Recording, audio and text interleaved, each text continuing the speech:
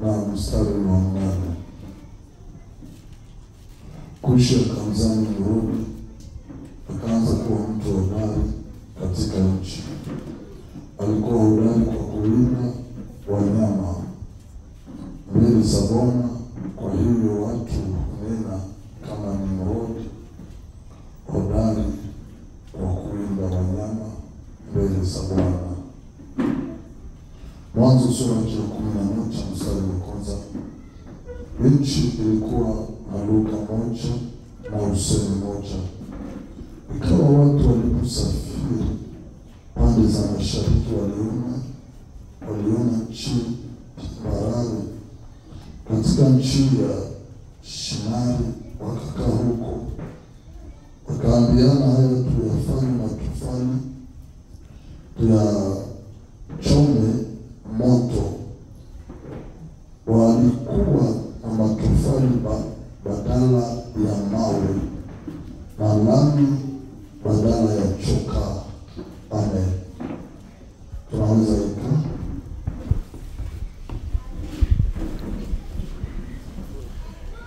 Ufunuo 17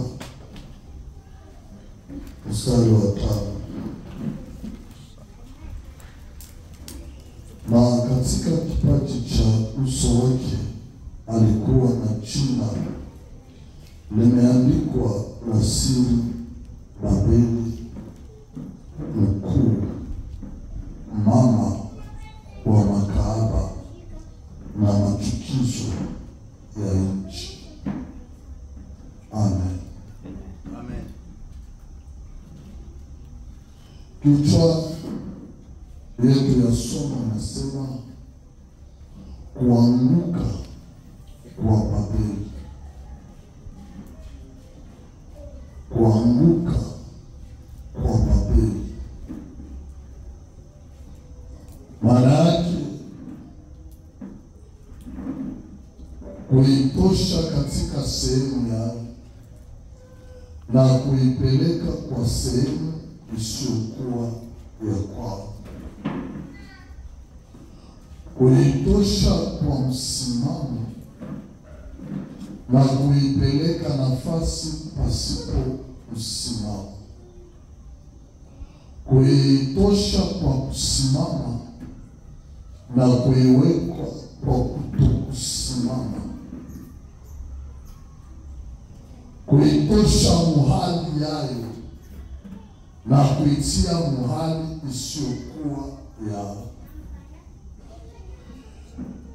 Miongoni mwa miti mikubwa zinazosemewa ndani ya Biblia, Babeli au Babiloni ni mji ambao umesemewa sana.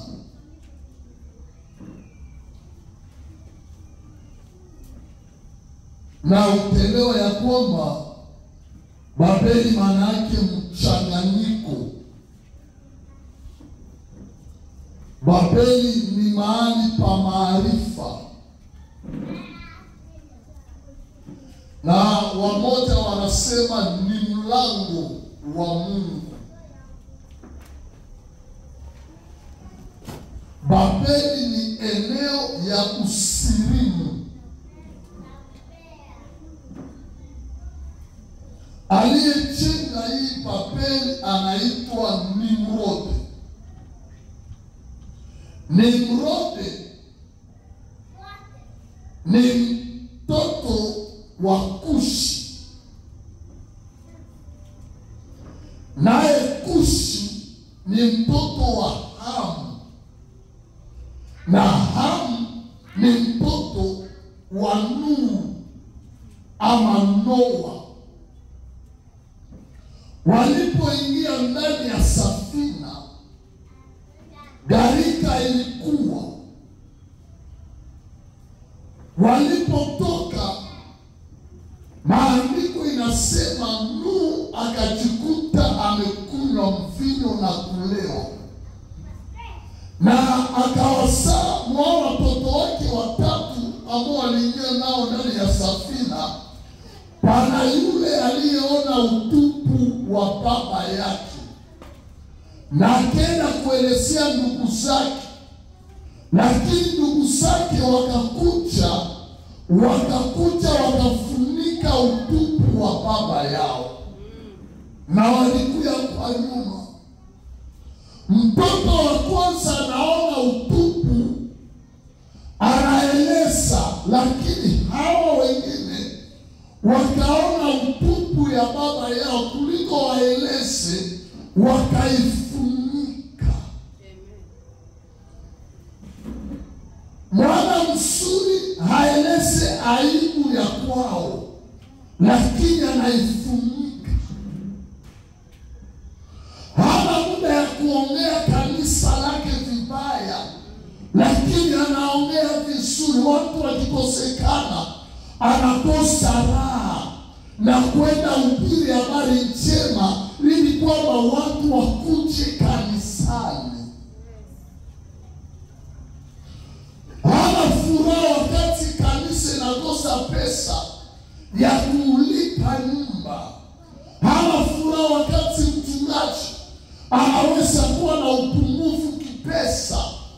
Hana furaha wakati baba yake wa imani maisha yake haiende vizuri kipato. Na baba yake alipotoka ndani ya ulevi akalaani. Mimi kunishangaza, kinachonishangaza ni kwa sababu Noa hapa Nuhu hakulaani Hamu. Mwa watoto wake watatu kulikuwa Shemu, Hamu na Jafeti. Mwenye aliona utupu ni huyu Hamu. Nafikiri mtoto wa mwisho wale watoto wake watatu, lakini alikuwa tayari ameoa. Hakumlaani na hakulaani mjukuu wake. Hakulaani mtoto, akalaani watoto wa mtoto wake, na watoto wa mtoto wake akalaani Kanaa.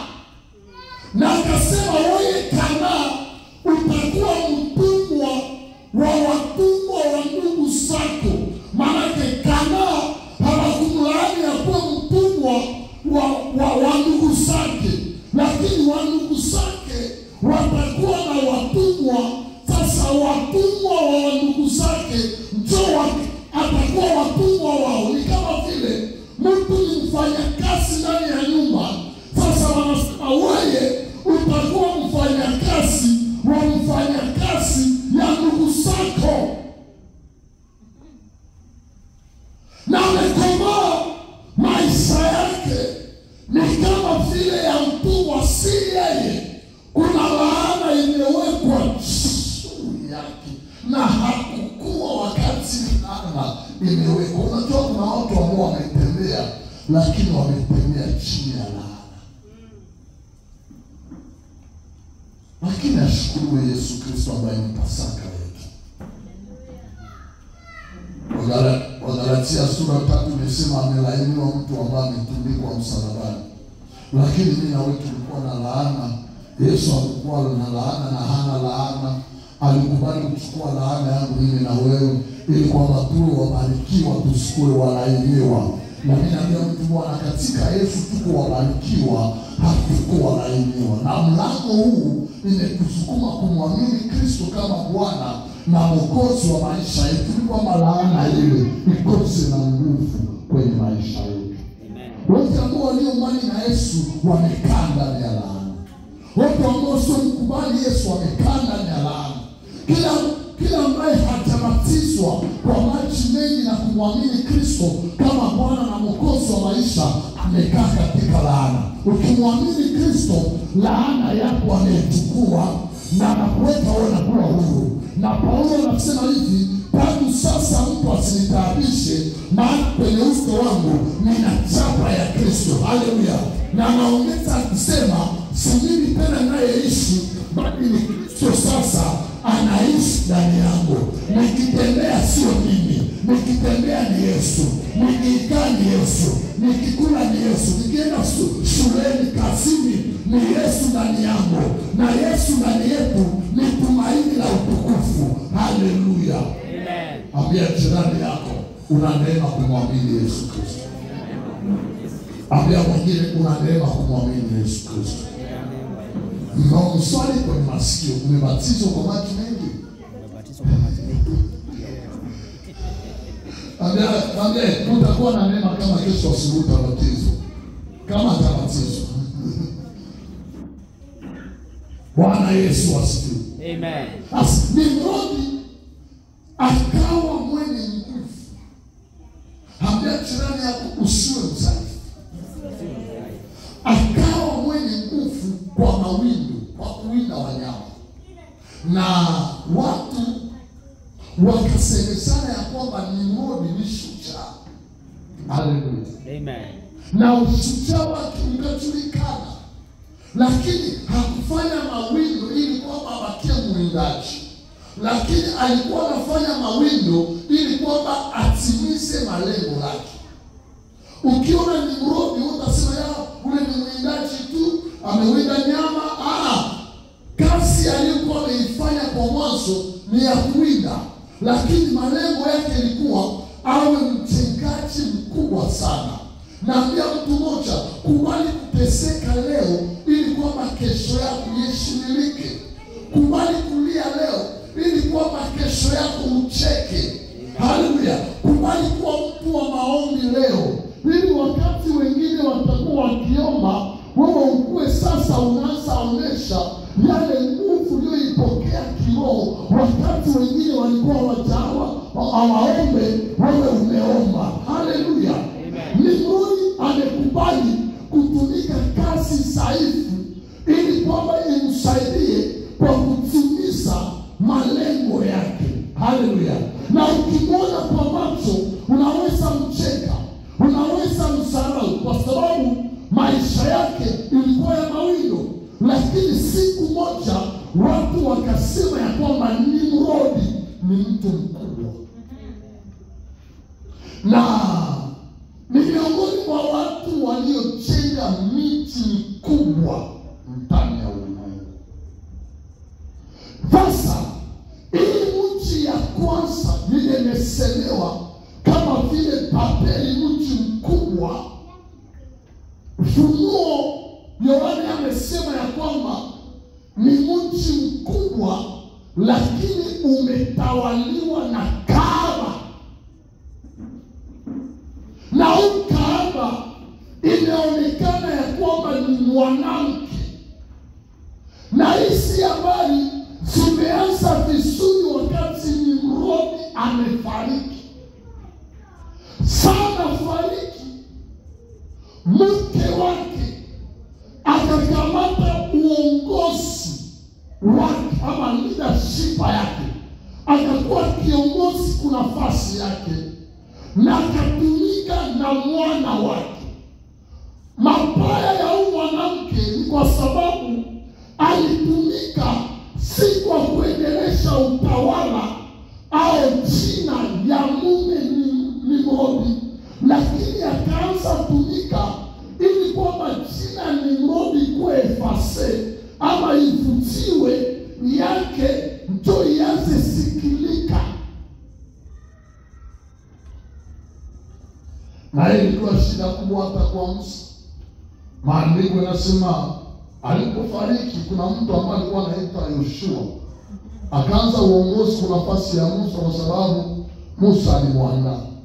Na huyo Yoshua yeye sana kufariki, Mungu anakupata Yoshua amefariki, lakini hakuandaa mtu. Mtu waamuzi, ndio waamuzi wakaanza kutokeza na kuanza kutumika. Hawakutumika tu, waliandaliwa kutumika. Hapana, waamuzi kama tunawaita ni kama vile wakati rais anatoka kwenye kiti cha urais na inalomba wafanye uchaguzi, wanaingia periode wanaita Kifaransa ya transition. Huko tunaweza ita nini? Maki ni wakati ya maandalizi ya kuchagua kiongozi mpya. Haleluya. Sasa kwa sababu Yoshua hakuandaa yule ambaye ataongoza Israeli, ikalomba waingie wa hii wakati ya transition, hii wakati ya kutembea kwa mwanzi, na hakuna mwanzi aliyekawia. Walikuwa wanakuja wanaongoza na wanatoweka, wanakuja na wanatoweka, kwa sababu kuna yule ambaye alipewa uongozi na kiongozi wake, lakini hakupenda aongoze kwa maongozi ya kiongozi wake. Kama vile Apostol Ambalusi ni kiongozi, anawaandaa ili kwamba kesho wakati hatakuwa hii kazi isifike ama isifariki, lakini yeye asikue, lakini maono haya wewe uendeleshe. Haleluya. Hamjani karibu yangu, sakubali maono ya baba yangu ipotee na ningali mzima. Unajua kuna wale ambao makusudi yao hii kazi isisikilike tena, hii kazi isimike, watu wasionekane, watu wasifike, lakini kwa njia yako watakuja, kwa njia yako wengine wataongezeka, kwa njia yako habari njema ya ufalme wa mbinguni itahubiriwa, kwa njia yako watu watabatizwa kwa maji mengi, kwa njia yako wengine wataokoka. Amen. Semiramis anaanza uongozi, lakini kwa kusinisha uongozi wa Nimrod. Na nishika sana uwe kiongozi, kisha uwe na viongozi wa makamati ambao makusudi yao wewe kiongozi mkubwa usiniki ndani ya watu. Utafikiria una watu, kumbe una watu ya watu wengine. Utafikiri wewe ndio dati, kumbe kuna kiongozi ambaye ni dati pasipo wewe kujua. Na unaona ambao ni wamani, anaweza kuwa kiongozi wa kwaya, kiongozi wa maombi, kiongozi wa mama, kumbe makusudi yake mchungaji, bishop, apostle asisikilike, nyeto asikiliwe. Bwana tusamehe sana. Na ule mtu namuelewa wakati anaondoka, na wale ambao waliokuwa wakifutia nao pia wanafanya nini? Wanaondoka.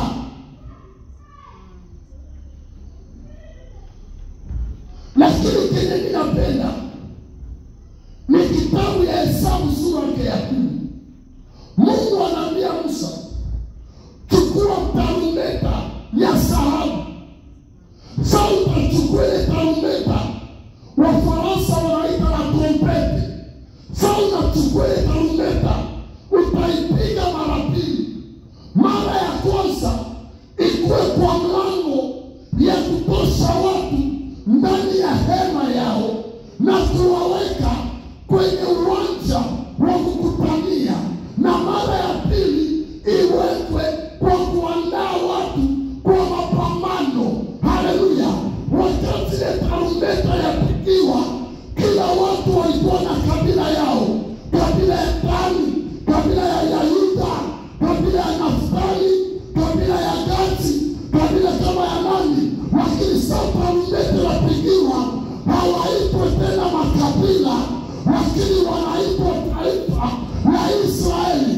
Na elewa, unaweza kuwa na kabila yako ama jamii yako, wakati ya kuwa ndani ya kanisa, na tarumbeta ikipigiwa, ambayo ni habari njema, unatoka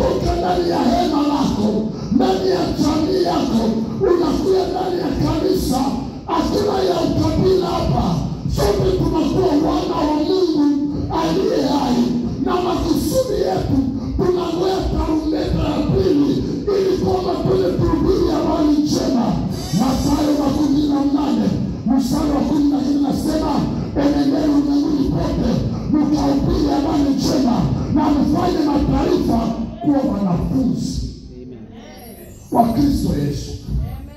Ndani ya kanisa hamna habari ya kusema mimi ni wa mtu fulani, mimi ni wa kilima fulani. Mimi nimesikia Bishop ameniambia nyakati hizi watu wametoka ndani ya town wanaenda kushago. Kila mtu kushago yao. Wote wanashago moja. Kushago mbalimbali. Wao wanashago tofauti. Shago tofauti. Shago ushago tofauti. Ushago mbalimbali. Katu nyakatisu kwa wapi? Ndio ushago yetu. Hapa yetu ni uzima wa milele. Kwa maana ushago yetu ni pale Golgotha. Yesu Kristo alikubali kufa msalabani ili habari ya ushago itusikilize tena. Sisi watetu wa mbinguni. Haleluya. Tumeokolewa kwa ushuhuda wake. Tumeokolewa na kama Yesu asingelikufa na kufufuka, mimi na wewe tungelikuwa wapi? Ushago.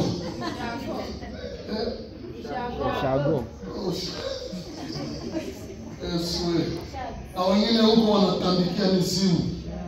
Wengine huko wanaabudu sanamu. Wengine huko wanaabudu mapepo.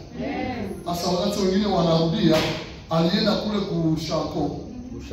Ushago. Alienda kushago ni Mkristo murokole.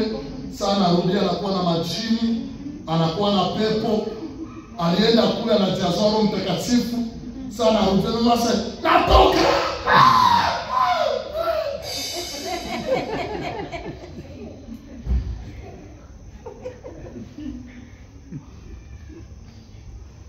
Yatosha ukute mtu ambaye ameokoka. Yeye ndiye aliyekabia kama umeokoka yanatosha. Amen. Kama umeokoka ile imetosha kwa Mungu. Ya maana ukiwa umeokoka, uwe na pesa, usiwe na pesa, uwe na hela, usiwe na hela, uwe tajiri, usiwe tajiri, uwe mzungu, uwe mweusi, uwe mfupi, uwe mrefu, uwe mnene, mwembamba, kama tu umeokoka yatosha. Nasikia raha kumkuta mtu ambaye ameokoka. Amen. Ndugu yako anaweza kuongea mabaya na kukumalizia maisha, lakini ukimkuta mtu ambaye ameokoka, atakupenda, atakulea, atakuchunga vizuri. Amen. Ambia kazi yako, Mungu akutanishe na mtu anayeokoka. Haleluya. So tuongee sasa. Tuongee. Tuzungumze pamoja.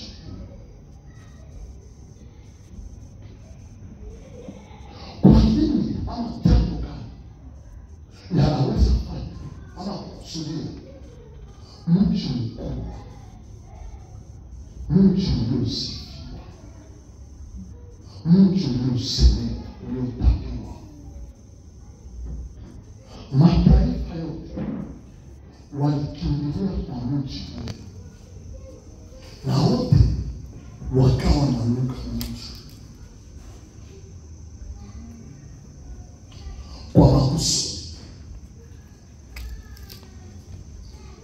ya kujenga mnara wa Babeli.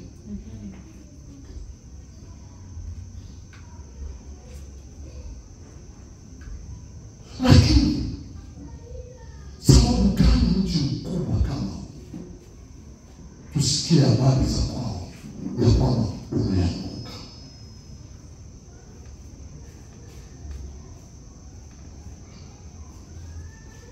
Naelewa shida si kufurahiwa ama kufurahisha kwa mwanzo. Shida ni kujua eski huyu atendelea na nifurahisha. Kuna mtu anaweza kuwa mzuri kwako leo, lakini kisha miaka fulani atakuwa mbaya. Wewe utaona watu wamefanya ndoa, wamefanya harusi pamoja, wanaoana, wanazaa watoto 5, watoto kama 6, kama 10. Baada ya pale wanasema no, mimi simtaki tena. Lakini kwa mwanzo waliitana baby, we baby, yes baby, I love you baby, I love you baby. Asa, I love you baby, nenda wapi? Na ndio maana Yesu anasema ni Mathayo 14, Yesu anaongea kwamba watakaovumilia mpaka mwisho wataokolewa. Okovu si kubatiziwa tu kwa maji mengi, unajazwa, unaanza Kristo, unaanza upili, unaanza toa. Hapana. Maisha ya okovu ni maisha ya kuvumilia mpaka mwisho. Wakuongee mambo na samini stoke. Unakosa harusi na bakia kwa Yesu. Unakosa watoto na bakia kwa Yesu. Unakosa kazi na bakia kwa Yesu. Unakosa utajiri na bakia kwa Yesu. Amen. Hautaniambia umeokoka kwa sababu mambo yako inaenda vizuri. Hakikisha umeokoka hata mkipindi kizito. Sasa mwaka Abednego wanaambia mfalme wa mapendo kameza wanaambia, tunajua Mungu wetu anaweza kutosha mikono yako. Anaweza kuokoa na mtanuru ya moto. Na kama hata kuokoa sanamu yako hatutaiabudu. Hatumwamini kwa sababu ni mkosi. Tunamwamini kwa sababu alitupenda na tutakuwa watu wa kupendelewa. Alitujali wakati wengine watujali. Alitushughulikia wakati maisha imekataa. Amen. Kuna wengine wanaweza kuona kanisani kuna msifu Bwana. Mungu awabariki kundi letu la worship. Mungu awabariki sana. Amen. Kama mmefanya nyimbo, huyu anaimba, huyu anaimba, huyu anaimba. Barikiwe sana. Barikiwe sana. Na yeye wa vitu ndani ya kichwa njoo hawa.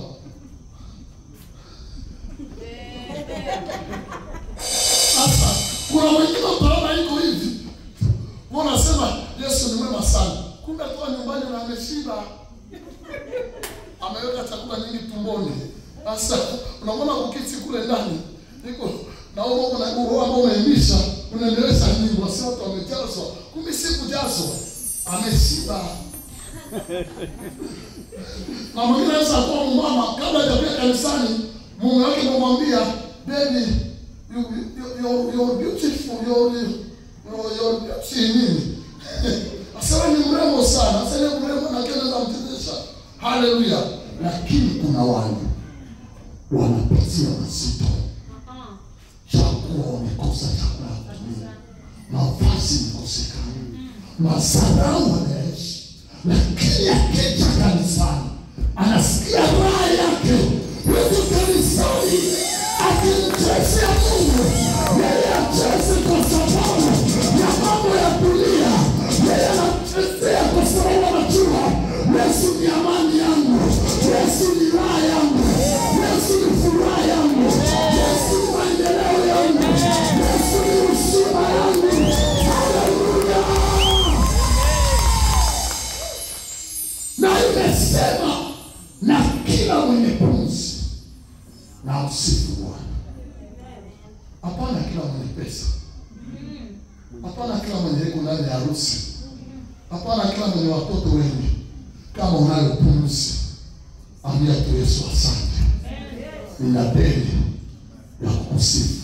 Nina kazi ya kukusifu jina lako. Na mwanamke huyu akavutia wasomi na wachungaji, zaidi wale watu wa kupakala ili kutoboa rangi. Akawavutia katika utawala wake na akawashurutisha waanze kumwabudu. Na hapa ndio kushindwa, kuanguka ya Babeli ikaonekana.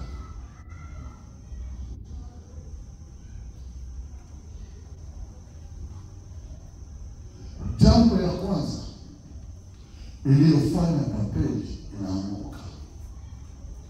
Ni kutaka kuwa kama Mungu. Wanacheka na kubwa, lakini malengo yao wakuwe kama nani?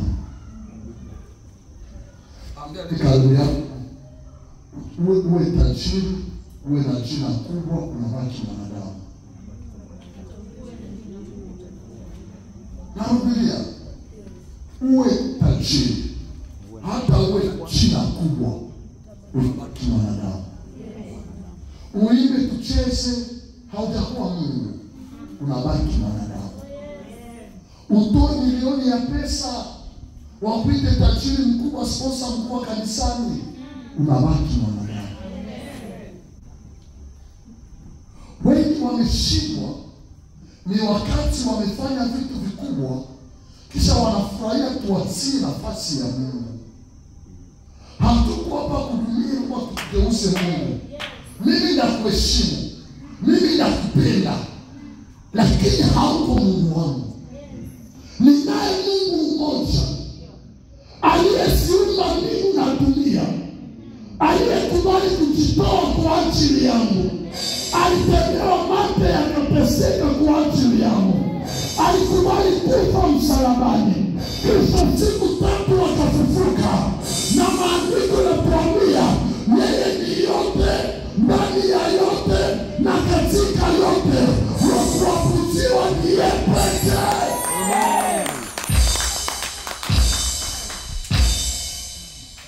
Ukiona mtu anaanza kujiweka juu kama Mungu, sema tu moyoni mwako, maiti marehemu unashangaa kwa Babiloni. Wao simwita tamaza Babiloni Babiloni. Papa, una mwanamke nyumbani, ukiona tu anaanza kiburi, usimwite Edi. Sema tu, yo Babiloni, Babiloni. Kiwango yote ya Mungu atakuweka juu. Kubali Mungu akuwe juu yako. Na maandiko yanasema kama vile mwanaume ni kichwa ya nyumba yake, ndivyo Yesu Kristo naye ni kichwa ya kanisa. Yesu kichwa yetu, Yesu juu ya kila kitu. Aseme na mwanamke ajishushe kwa mume wake, kama vile kanisa inavyoshuka mbele ya Yesu Kristo. Yesu wewe ushuke, Yesu ainuliwe juu, wewe uikae, Yesu asimame, wewe upige magoti, Yesu abudiwe.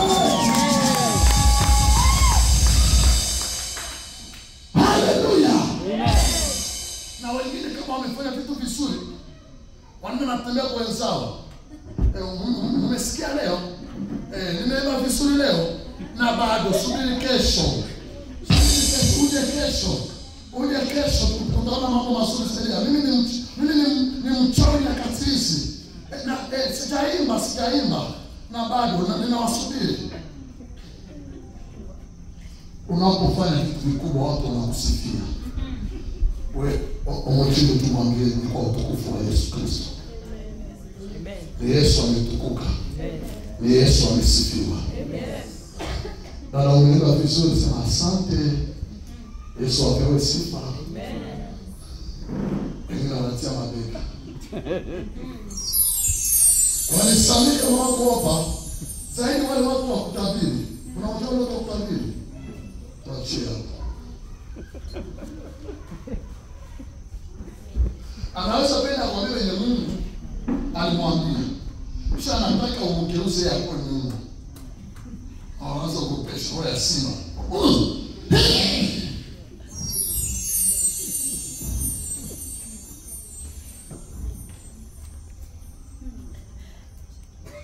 Jambo ya pili, walishindwa kutumikisha yale ambayo Mungu aliwapatia. Yale ambayo walikuwa nayo. Walikuwa na mawe, lakini wakashindwa kutumikisha mawe, wanatumikisha matofali. Bwana asifiwe sana. Jambo ya tatu, pakatokea mwenye nguvu kuwashinda. Haleluya. Asante. Pakatokea mwenye nguvu kuwashinda. Na alipotokea akawavuruga kwa lugha. Hawakupatana tena. Walikuwa na usemi moja. Lakini watafiti wa Biblia, siyote sana namna gani Kiswahili safi, akawavuruga kwa lugha 72. Unaelewa vizuri? Manake wakaanza ishi pasipo kupatana. Naelewa nguvu ya kanisa, nguvu ya familia, nguvu ya urafiki ni kuwa na mtu ambaye mnapatana, mnaelewana kwa usemi wenu. Haleluya. Amen. Nao hawakuelewana tena na nguvu yao ikashuka. Jambo ya tatu, jambo ya ile, wakapatia uchawi nafasi katikati yao. Wakaona nguvu yao ni uchawi. Na hiyo ni shida kama unaweza kuwa kanisani lakini bado unategemea uchawi. Ni shida sana kama unaweza kuwa kanisani na ukiwa ndani ya shida, unaenda kwa waganga wa kienyeji, unaenda kwa wachawi. Hatuna nguvu nyingine, hatuna uwezo isipokuwa wa Kristo Yesu aliyeumba mbingu na dunia.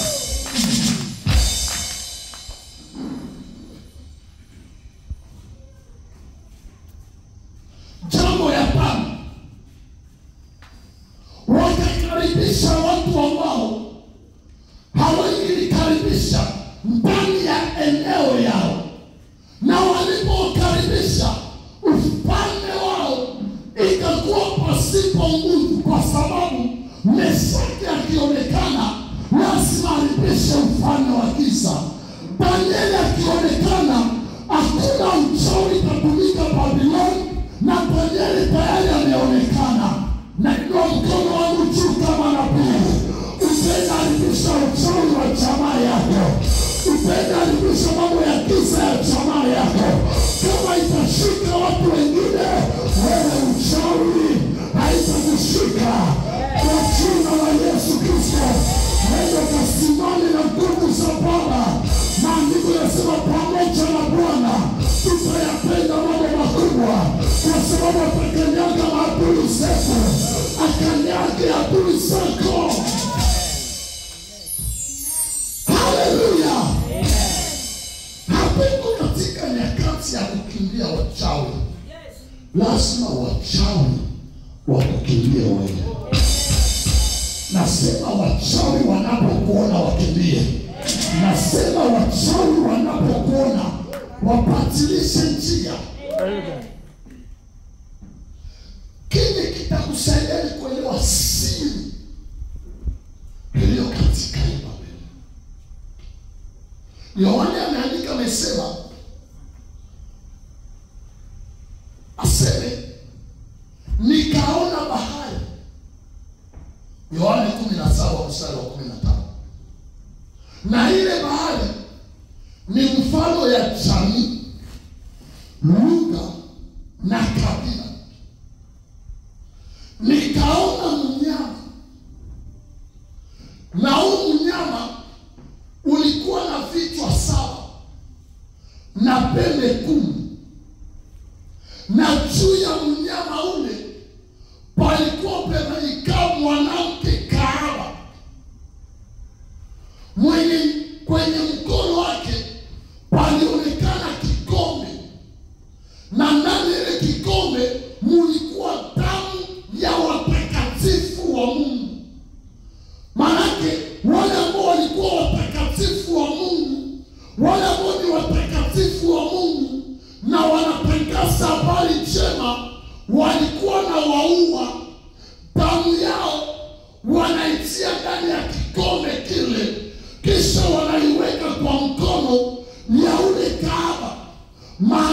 anasema ile vichwa 7 ni milima 7 ya ule mwanamke anatawala, na ile milima 7 ni mfano ya wafalme 7.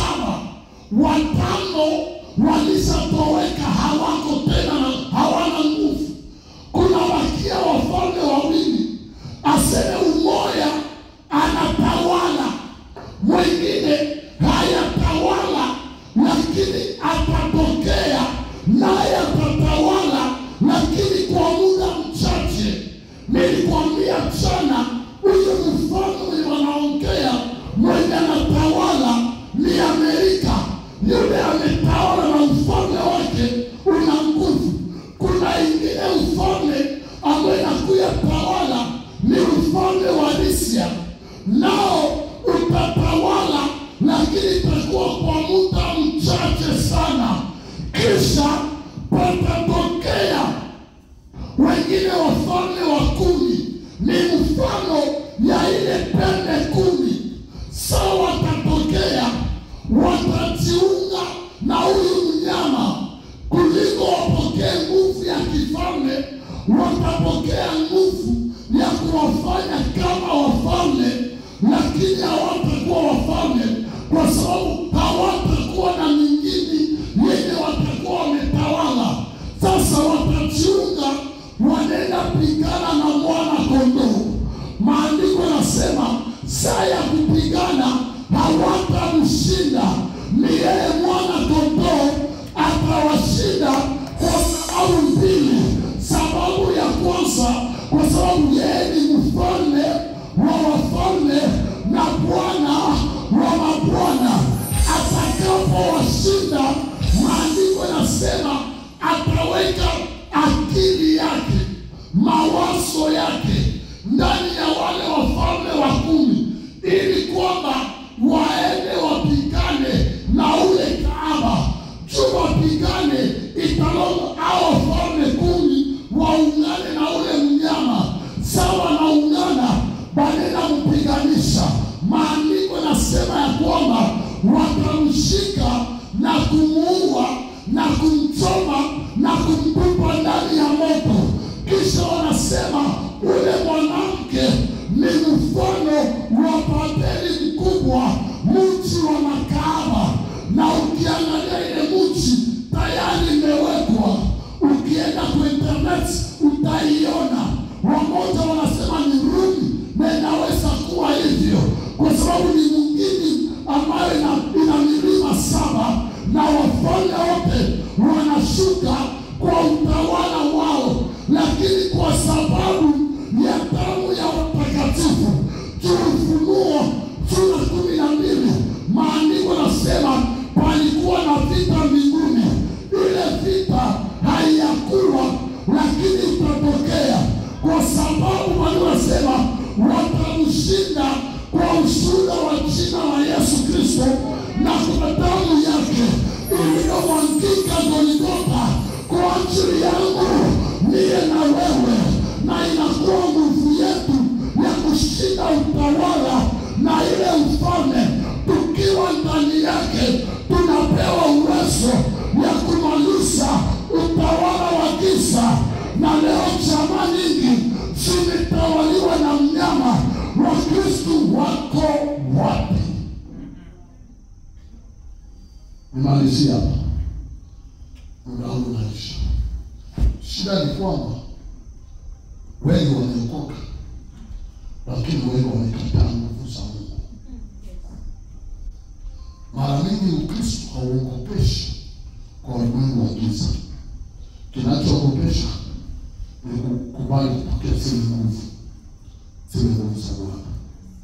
Matendo ya Mitume sura 1:8 unasema hivi: utapokea zile nguvu wakati Roho wa Bwana atashuka ndani yenu.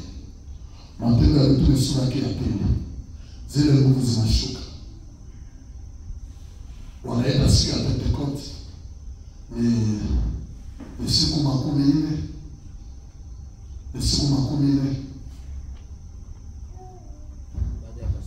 kisha Pasaka, baada ya Pasaka. Haleluya. Amen. wanapokea zile nguvu. Petro akasimama akasema, hatuwezi hata kushuhudia na kuongea yule aliyekufa na kufufuka, yule aliyemkataa hayuko tena ndani ya kaburi, amefufuka. Amefufuka. Wanamshuhudia Yesu si kwa sababu waliokoka tu, waliokoka na wakapokea zile nguvu za Roho Mtakatifu. Walipopokea wakasimama wakasema, hatutaacha kumshuhudia. Hajaandika kumshuhudia Yesu. Ama wewe ni Mkristo hapo, ukiondoka hapa mambo ya Ukristo naishi. Kwa usemi wetu tunamshuhudia Kristo. Kwa mavalio yetu lazima tumshuhudie Yesu. Wanapokutazama na wanaangalia binti kahaba, wanasema huyu ni mrokole, huyu ameokoka, anaongea kama Mkristo, anatembea kama Mkristo, anavaa kama Mkristo. Hata kwa usemi wako lazima Kristo ashuhudiwe. Shida ya kanisa, tunatamani kufunguliwa kwa kuona mambo ya kikawaida. Harusi, unaelewa harusi? Watoto, pesa, manyumba, utajiri. Ni wachache wanaacha ya nguvu za Roho Mtakatifu. Na ndio kusema nasikia nguvu za Bwana zinatembea. Kuliko mtu angojezi mufikie, yeye anaanza kutazama nani zinatembea.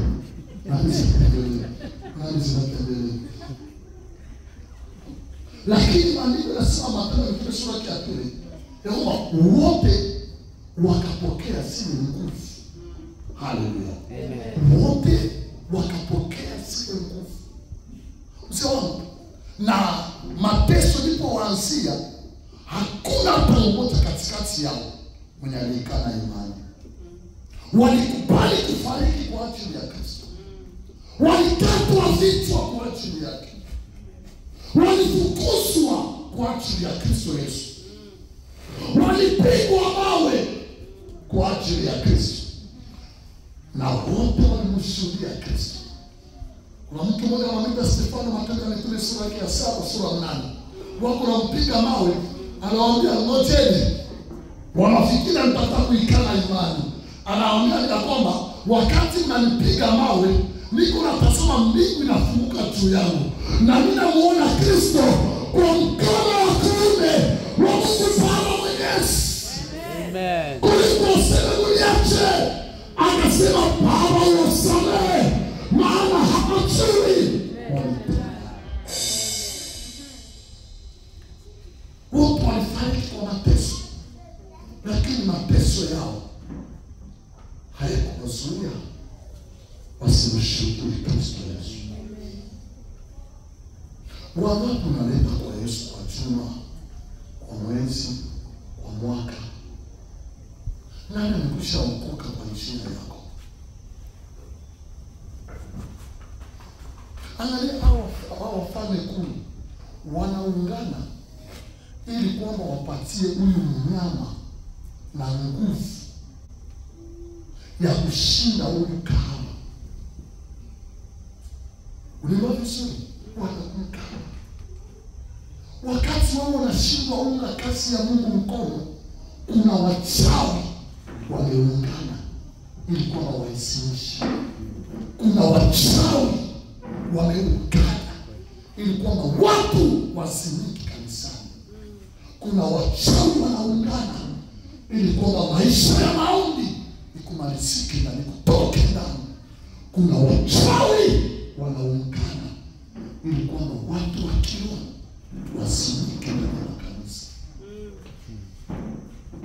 Ambia jirani yako, na sisi tuungane kwa ujazo wa Roho Mtakatifu.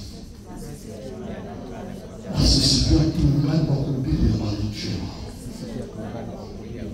Leo kuhubiri habari njema, kuwatangazia watu kwamba Yesu ni Bwana na Mwokozi wa maisha yetu, na kuambia hakuna njia ambayo inaweza kusaidia kuokoka isipokuwa njia ya kumwamini Kristo Yesu. Kwa kufikia hapa una deni ya kujazwa kiroho. Amen. Ya kupokea nguvu za kiroho. Una haja ya kuimba na upako kama waimbaji wetu. Uwe mtu wa maombi. Una haja ya kushinda ulimwengu wa giza. Uwe mtu wa maombi. Amen. Na yale maombi itakuwa na nguvu wakati Roho Mtakatifu amekaa ndani yako. Kuna lugha utaongea, jirani yako ataisikia. Lakini ukijazwa Roho, kuna lugha utaongea, hata mkuu familia moja hataelewa. Ni lugha ya kiroho. Lugha ya ujazo. Ukiongea, unaweza kuwa naombea ndoa, lakini kumraba anasema anaongea nini huyu? Ni kama vile kichaa, lakini roho anasema niko naomba ndoa, anaomba upako, anaomba utajiri. Kubali Roho akushukie, afanye makao yake ndani yako. Amen. Na unaposimama kwa njia yako, ujao wa familia yako ukuwe malisika. Funga macho yako. Funga macho yako. Funga macho yako. Nasikia nguvu za Bwana ndani ya mkutano. Jana tuliondoa pepo. Leo hatuondoe pepo. Leo tunaenda kuamsha kipawa cha Roho ndani mwako. Tunaenda kuamsha nguvu za ujazo ndani yako. Wakati tunaikaa pale, nasikia Roho ameshuka. Nasikia Roho amekushukia, nasikia ndani yako. Kuna wamoja watasikia furaha ndani yao. Wengine watasikia ni kama vile kuna baridi inapita kwenye mwili yao. Wengine watasikia lugha mpya inaanza washukia. Wengine watasikia kumpenda Mungu.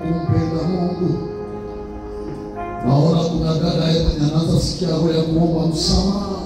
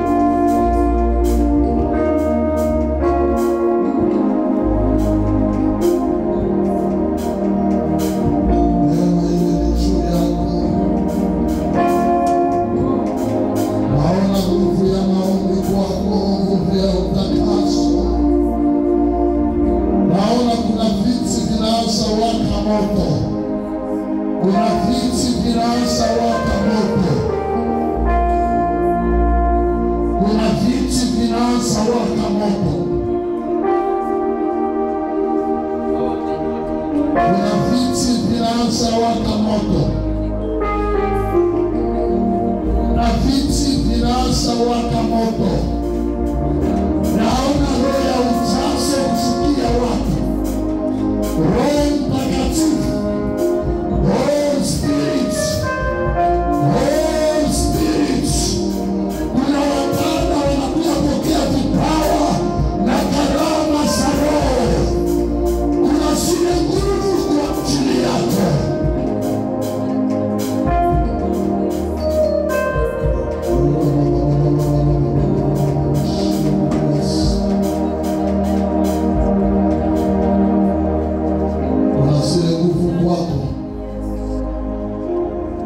Zile nguvu kwako.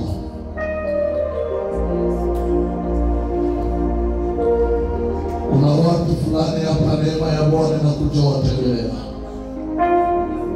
Ile tunafasi umeikaa, Mungu amekutembelea. Naona zile nguvu za Roho zinaanza ongezeka. Zinaanza waka kama moto. Zinaanza waka kama moto. Zinaanza waka kama moto. Zinaanza waka kama moto. Yesu paya kalebosite. Yesu paya talabrasika. Nasikia zile nguvu pale. Nasikia zile nguvu pale. Wengine wataweza ikaa kwenye viti. Wengine watavumilia ikaa kwenye viti. Maana moto inaongezeka. Maana moto inaongezeka. Maana moto inaongezeka. Na sabia moja, pili, tatu, nne, tano, sita, saba. Receive fire. Receive fire. Fire. Fire. Fire. Fire.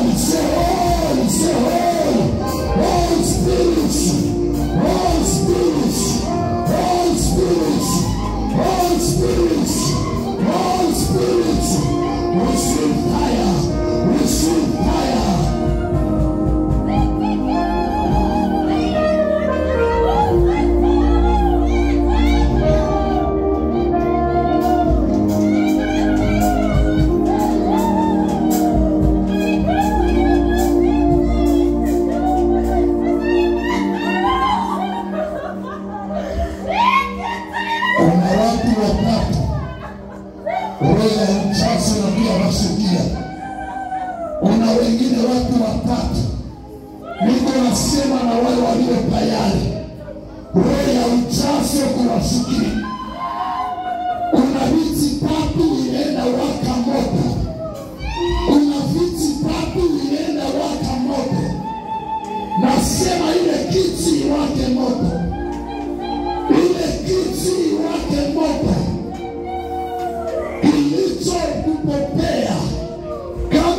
maisha ya maombi, maisha ya upataso, maisha ya ujazo, maisha ya ndoa ya heshima, maisha ya upachuri, ilikupepea inakurudia. Nasema inarudia. Receive, receive, receive, receive, receive, receive, receive, receive, receive, receive, receive, receive.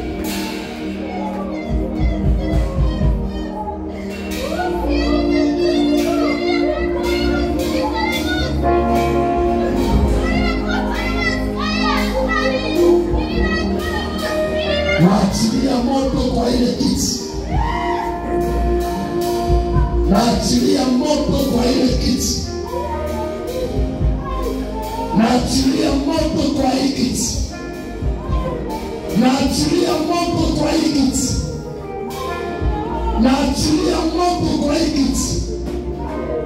Naachilia moto. Naachilia moto.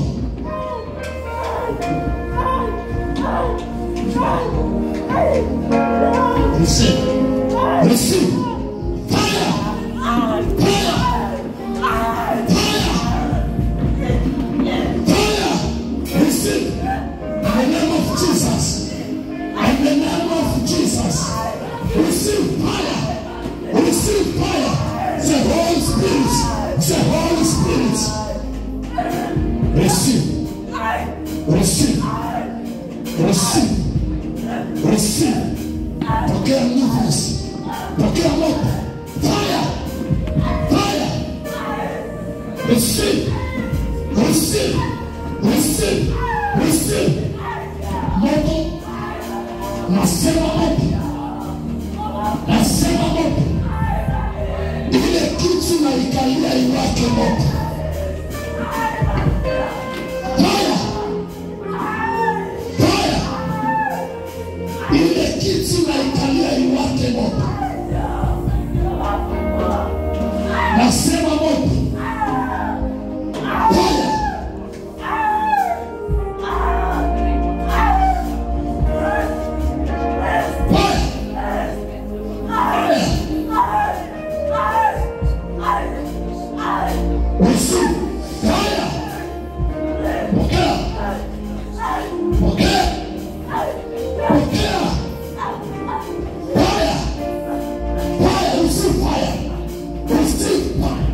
In the name of Jesus. In the name of Jesus.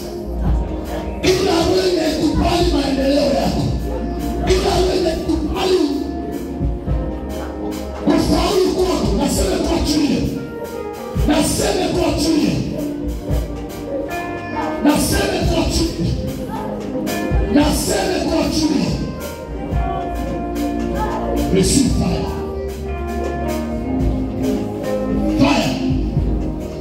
Naachilia moto kwa hii kitu na ikalia. Naachilia moto. Kitu na waka moto. Nasema moto. Nasema moto. Receive fire.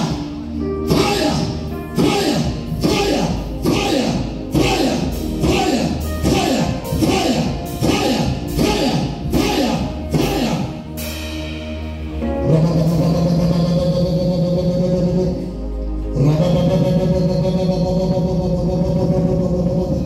Naachilia moto kwa hii kitu. Naachilia moto wa Bwana. Naongeza moto, inaongezeka, inaongezeka, inaongezeka, inaongezeka, inaongezeka, inaongezeka, inaongezeka, inaongezeka, inaongezeka, inaongezeka, inaongezeka, inaongezeka, inaongezeka, inaongezeka.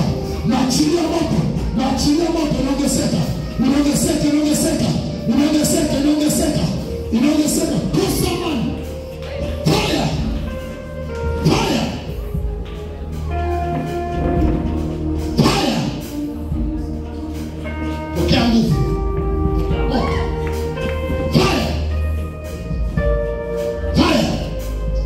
Fire. Reno kupese kwa chini. Reno kusubwe kwa chini. Laana za kichani. Blokashi, mikoshi, visuizi. Toka. Toka. Roho ya kukosa kibali. Roho ya kukosa kibali. Ondoka. Ondoka. Fire.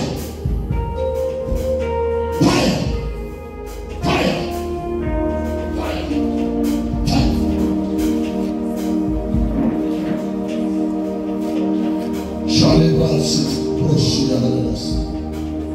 Fire. Pokea nguvu hizi. Pokea nguvu hizi. Pokea nguvu hizi. Pokea nguvu. Pokea uwezo. Pokea uwezo. Pokea uwezo. Uwezo wa mtakatifu. Uwezo wa mtakatifu. Uwezo wa mtakatifu. Pokea uwezo wa mtakatifu.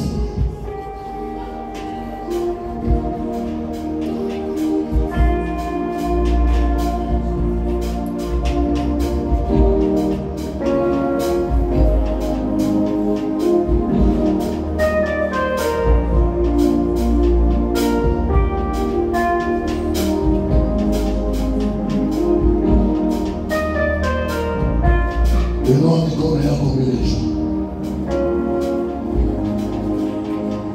Wala ambao wako na filimia